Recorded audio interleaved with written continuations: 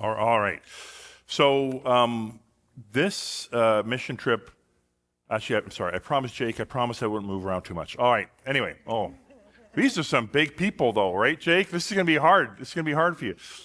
Anyway, this mission trip alone is effectively a sermon series. So it's nice that we're sort of jumping in the middle of the cabin life and kind of just taking it over for a bit. Easily, this could be preached on for at least 4 Sundays, 5 even. And I was going to list all the organizations that we actually help with. So, but I'm not going to. But first, let me just say this: we went to Denver. 25 people, 20 youth, 5 adults.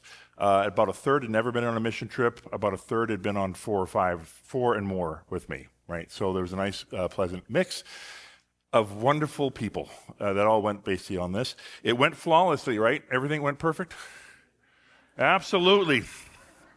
So what I wanted to do is, I think the number of organizations that we were actually involved with it had to be somewhere around 10, maybe even more. There was like a lot of them. And sometimes I like to tell you what they were, but I'll just say in general, some of them were this kind of things that you'd expect, like fixing up houses, fixing up their yards, windows and things. Some of them were playing with the community, so playing with the kids in the community and so on. And some of them were like full-on street ministry, going out into the community and assisting in words, actions, prayers, and so on. So what I wanted to do is basically ask a few youth some questions about sort of what they did, and then we'll go from there. So, the first one I think was Naya. Yeah, this is going to be a little something. But anyway, so Naya, here's some questions for you. And the first question is, can you tell us a little of what you did? So one of the days, my group was at a place called Little Help. And this place, we went to different people's houses. This day was only one. And we kind of talked to the owners, and we asked them, hey, what do you need help around your house? Most of these people are older, and they can't really get around to some of their yard work and things like that. And we helped them. So the one guy we were at, his name was Marty, and we took this like massive bush out of his front window so he could actually see out of his window, which was really cool. And where did you see God? I definitely saw God in the other leaders in the other church groups. Even the ones in our group, we had a few of them. And I think just every day they were so excited to help us, but also help obviously their own churches. And one of the other leaders that I was with, he would always like come up with games, and he'd be like, okay, what's this game we're gonna play? And this is what we're gonna do in the car ride. And was always just having a fun game for us to play, and I really saw God in all of them. And do you have a favorite memory? I do have a favorite memory. I really liked all of our worship songs. So each night we'd have a gathering, and we'd do some songs and everything like that. And it was just a really special place to be with everyone and to also be with God at the same time. Thank you. Eric, can you talk about what you did? So one of the days I was serving with an organization called Little Flower, and they are a resource center. So they have clothing, they have food, and as it happened, they got a huge truckload of food from a food bank that arrived like 5 minutes after we showed up. So we got to unload all of that. There was a lot of stuff from Costco, actually, which was kind of interesting. So we sorted through a bunch of like mini pastries that were raw, and we had to put those into bags. And then we also helped them prepare for an auction. And where did you see God? I saw God in all the music that we listened to throughout the trip. Specifically on one of the days, Max and I were sharing a pair of AirPods, and we were sorting clothes at a thrift store. And we were just like at a concert. It was amazing. The energy was incredible. And do you have a favorite memory? My favorite memory would have to be finding a autographed New Jersey Devils jersey. And it was actually autographed by the legendary Martin Brodeur. So that was pretty sweet. This is one of those moments I wish the other Eric had been on the trip, because you would have appreciated it way more than me. So that was good. That was favorite memory, right? Okay, Finn. Our first day at the site, we worked at this place called the Samaritan Home, And they were basically an organization that helped. They had one room where they had women who came off the street and they'd let them sleep there for a night. So they had about, I think they have 40 people or 40 women every single night that come and they stay there and then they leave and then they just line back up. So it's like they line up outside and then they let them in around 3 and they let them sleep there. And there's also where male veterans could stay for up to 2 years, I think. And we were the one day we were working there, we cleaned a cafeteria so they could eat lunch. And me and Nick actually got to work in a freezer and we sorted milk. So that was kind of a blessing too, because it was a really hot day and we got to work in a walk-in fridge. So when he talks about heat, I know we all have heat. I get that, but and I know Naya will say it was a dry heat, thus it was better. I think burning up as a candle as I'm walking across a parking lot. It was a hot day, so it was definitely hot. So we appreciated any AC. Where did you see God? I saw God in all the volunteers that were there just because they wanted to be there. Like when we went to Little Flower, there was probably 20 other people that were older people that volunteered there just because they wanted to volunteer. And I saw this woman named Mary that I was talking to for a while, and she actually had been volunteering for 40 years, and she also taught Braille for blind kids for 26. So I really saw God in her and just all the volunteers that were just really willing to help. And a favorite memory? My favorite memory was the foot washing, because it's just a really powerful moment, and it kind of brings like everything together at the end of the week, and it's just, you really feel it, and it is a great memory. Thank you. Please pass to Max. Max, do you want to talk about anything you did? Yes, we went to, on the first day, our group went to this organization called Dream Center, and this wonderful lady named Jen runs the whole place and their team, and what we did that day is street ministry, where we'd go out to these people, the homeless, and we'd give them body armors, Gatorades, and gummy bears for this hot day and to stay hydrated, and we prayed over them as well. And I just want to say, there was a similar kind of experience over in Puerto Rico as well. And I was proud of every one of the youth that were engaged with that, because it's not, normal to walk up to a stranger in the first place. But then to go up to them, offer them basically grace, and then pray with them, that is quite something, and you should be really proud of all the youth and the way they engage with that. Where do you see God? Is that the next one? Yes. Where do you see God? I saw God and my sister, actually. It was probably one of the coolest moments of my life. When we were doing street ministry, I was walking and I look up and I see my sister talking to the homeless man like right off the gun. Mm-hmm. And she started to like pray over him and talk to him, and it was very emotional for me. I thought, being a rookie, that's pretty cool. Mm-hmm. And I will also say that the other leaders in the other groups noticed that right away. Madeline was the first of the youth to go out and actually immediately engage, and yes, it was very cool. Favorite memory? I got two. I got a funny one and I got a good one. My good memory was obviously the foot washing, and giving my friends hugs after the foot washing was probably one of the most powerful things that I feel like anyone can feel. It was a lot of love that was shared, and it was beautiful. And my funny memory is I was at this thrift shop the second day, and we were sorting out clothes, and Grant put me in the girls' underwear section. A lot of ladies were giving me questionable looks here and there, so that was pretty good. And as I told Max afterwards, it was incredibly deliberate. I had a couple choices as to who I could put there, and they were all male, so it would have been awkward for all of them. But I thought, you know what? That's the guy I'm going to throw in there. Yeah, that was it, right? Favorite memory? We're good? Okay, so Elena.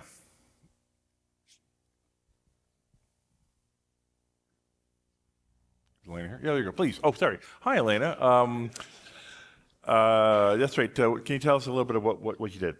One of the places my group went was the Cambridge Care Center, which was a nursing home. But really it was, you think of nursing homes as being just old people. but a lot of them were in their 50s and 60s, and 65% of the people who live there have mental illnesses, and a lot of them come from poor or homeless backgrounds. So we went there and we hung out with the residents and played some games, and then we came back later in the week and we threw a party. And where did you see God?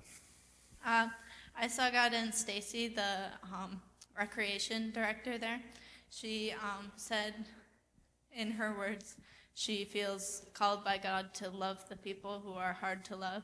And it's easy to tell that she's really passionate about what she does there. Favorite memory? I was talking with this guy named Joe during the party, and it was about time to leave, and we were like, oh, we gotta leave now. And he said, the doors are locked.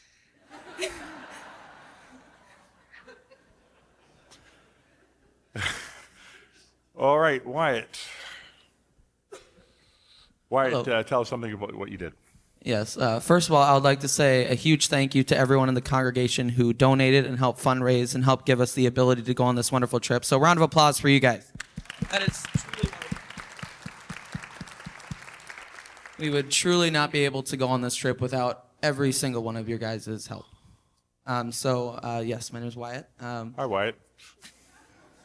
Yes, I served also with what Max said in the street ministry, and I'm just going to kind of elaborate on that. Yes, we went out and we gave them, just that, that hydration and that, that little bit of energy to keep going. But, I heard something this trip, and it was, we see homeless people as part of the scenery. And that totally changed my perspective, because I certainly had my own perspective of homelessness and what that was. And some of them haven't heard their own name in months. And just to kind of go up to them and ask them their name and, give them that sense of hope, get them out of that loneliness that they've been experiencing was super special. And just, I've been on 4 mission trips with this group, and just amazing people that we have here. And that 45 minutes of street ministry was my absolute favorite service thing that I have ever done, because I truly got to feel like I was seeing Christ in every single homeless person that I encountered and prayed for. And where did you see God?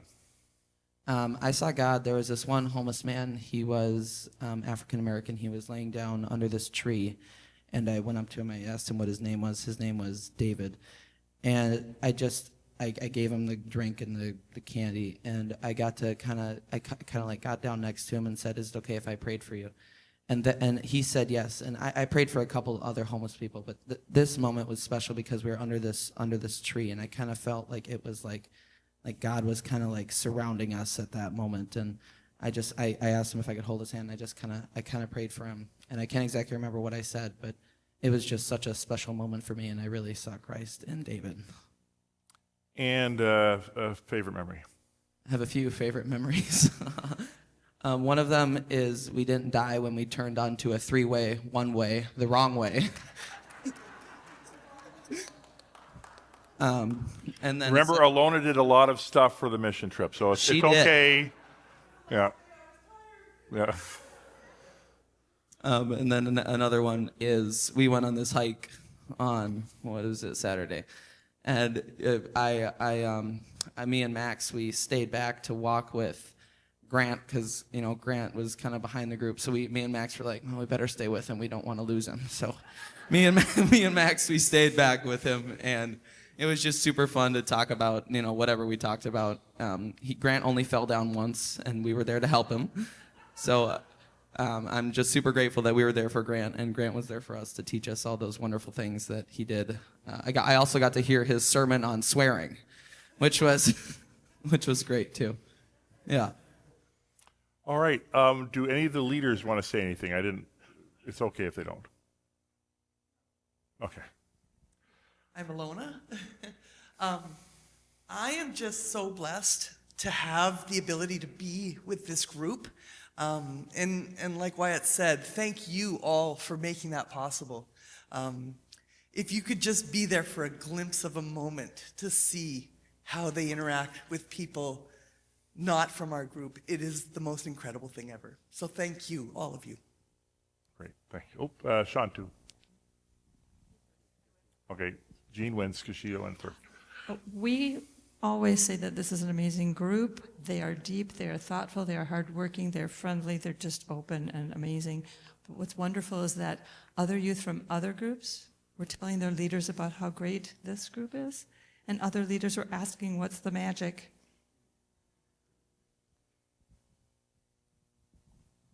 And I was going to kind of say something in the same vein that wife takes your stuff, right?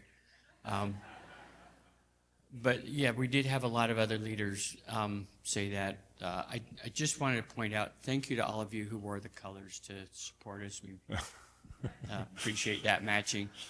I'll just say this real quick. There are, I think, maybe overly pessimistic people who say they worry about what the world is, turning to. And you take a look at this bunch and you haven't a worry in the world. Okay, thank you all. Please have a seat. Yeah, go ahead. Thank you.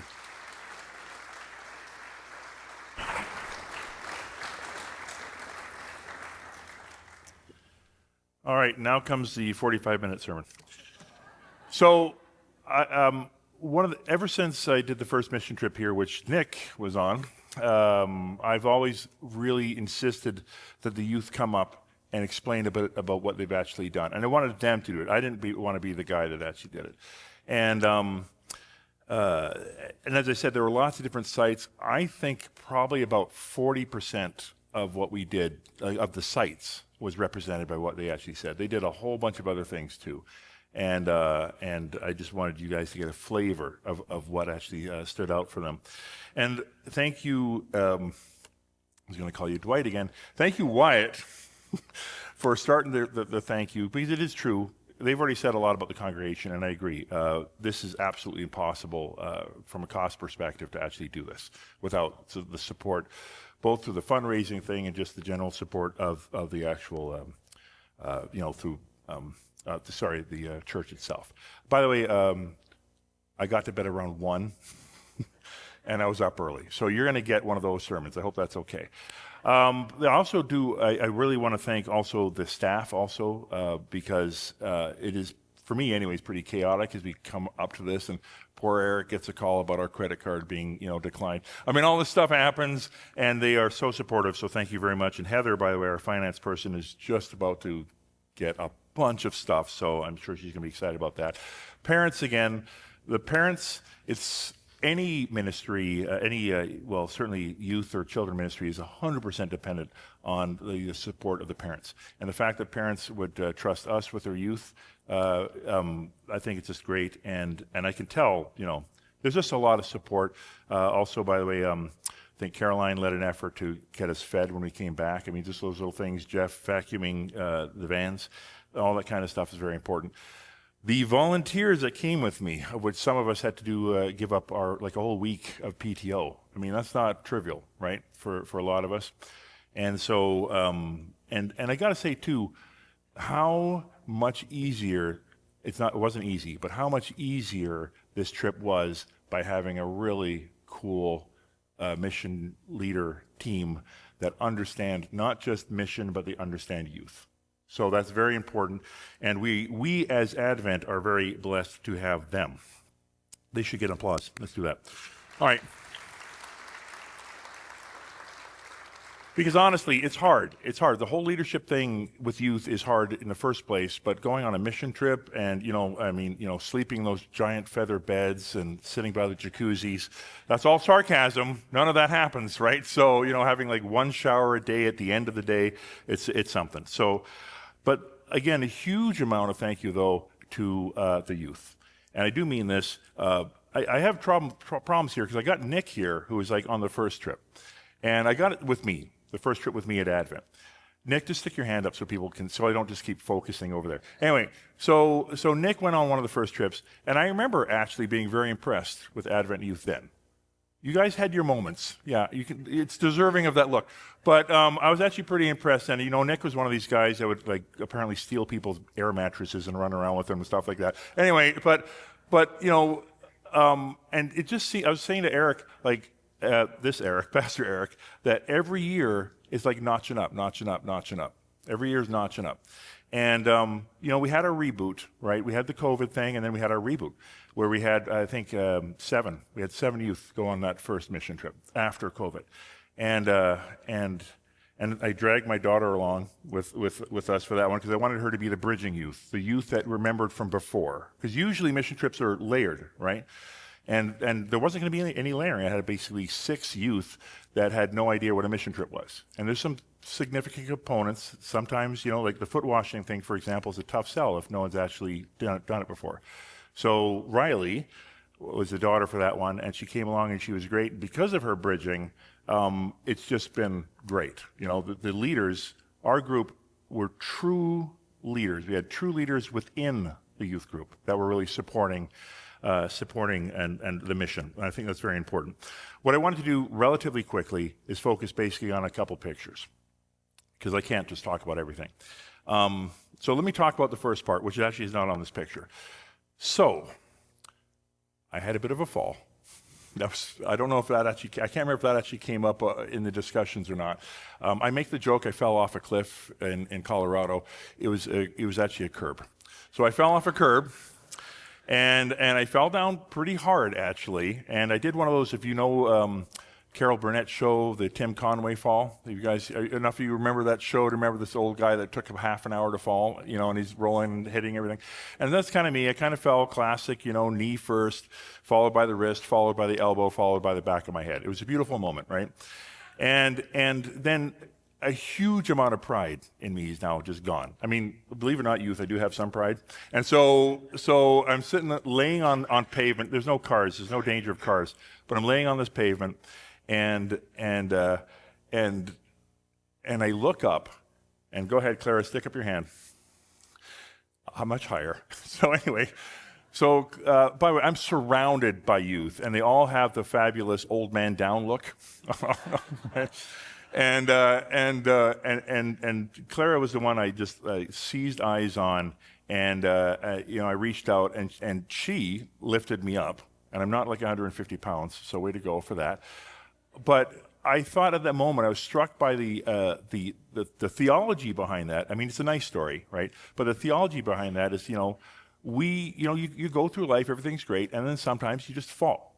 You just fall, right? And for me, what I felt there when I fell is I looked up, and I just had this wonderful moment of basically, I think Wyatt, you said, is seeing Christ in the others. It's basically seeing Christ or God or the divine or however you encounter this, sort of reaching out to basically lift me up. And some of the lessons in that, for sure, are, when we've fallen, we don't necessarily want to admit that we've fallen, right? My pride there, I didn't want to admit that I'd actually fallen. And then I had to ask for help, right? Which is me basically reaching up. That you could imagine that's sort of the prayer. And then basically God, or in this case, Clara, answering by lifting me up. And I just thought, what a wonderful piece of theology that actually was. And I did have a chance to share it with the greater group, but I wanted to share that with you guys. I thought it was very important to me. The second thing is what this picture is, which is Grant's finest day. And so my knee hurt after that experience, right? My knee did hurt. I went through the rest of the day. We had our foot washing thing. I have to admit, I was a little bit worried about how the foot washing thing was going to work with my knee, but it worked. I think it worked pretty well. They think it worked well, so that was good. And then the next day, we're going to go on this hike. This hike that was billed, to me anyway, as easy to moderate. An easy to moderate hike. And we started at the top of a mountain-ish, and then basically had to walk down and then turn around and walk back up. That's what the hike was, okay? And I'm thinking, none of you, I don't think, know this, but I was an officer in adventure training when I was younger, right? I took youth on hikes like this. So I thought, okay, Grant, you're not 19 anymore, but this will probably be okay. It'll probably work out. So, and I thought, and my knee's saying, like, are you sure it's going to work out? I'm thinking, no, my knee, you're fine. We're just going to walk down for a little bit. It'll probably be flat for a lot of it, and then we'll walk back up. The walk back up might suck, but we'll be okay. I think I even told one of the youth that. I said, the stamina. It's the stamina that's going to get you in the way back up. That's what I was thinking. So, it's very important, back to my adventure training days, the safety of these guys is super important. And so I basically said, an adult's got to be at the front, and I'll volunteer to be in the back, right? And that was kind of the way I thought this would work. So we started going, and I was way in the back. Like, they were gone before I even looked up. They were gone, and that's great. And I'm walking by myself. I'm kind of coming down. Every now and again, my knee would remind me what a dumb idea this was, but I thought, no, this is good. This will work. And I turn the corner, and there's Wyatt and Max just waiting for me. Little smiles on their face. And in my brain, I'm thinking, are you waiting for me? That's what I'm thinking. Because I thought maybe they were just goofing off. But oh, no, they were totally waiting for me. And that was great. We had, as you guys said, we had a great time. We were walking around. We were talking about stuff. We actually talked about theology stuff. We talked about stupid stuff. It was a great time as we were walking down this hill. And then we get to the river of gravel. Somehow the incline went to about like 90 degrees. It wasn't really, but it was a fairly steep incline for a person with only one knee.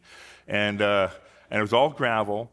And I looked at it, and I thought, nope, I'm going to keep going. It's going to be fine. It's going to be fine, right? The knee will hold out. My knee's already mad at me. I figured, what's an extra couple bits of yelling from the knee?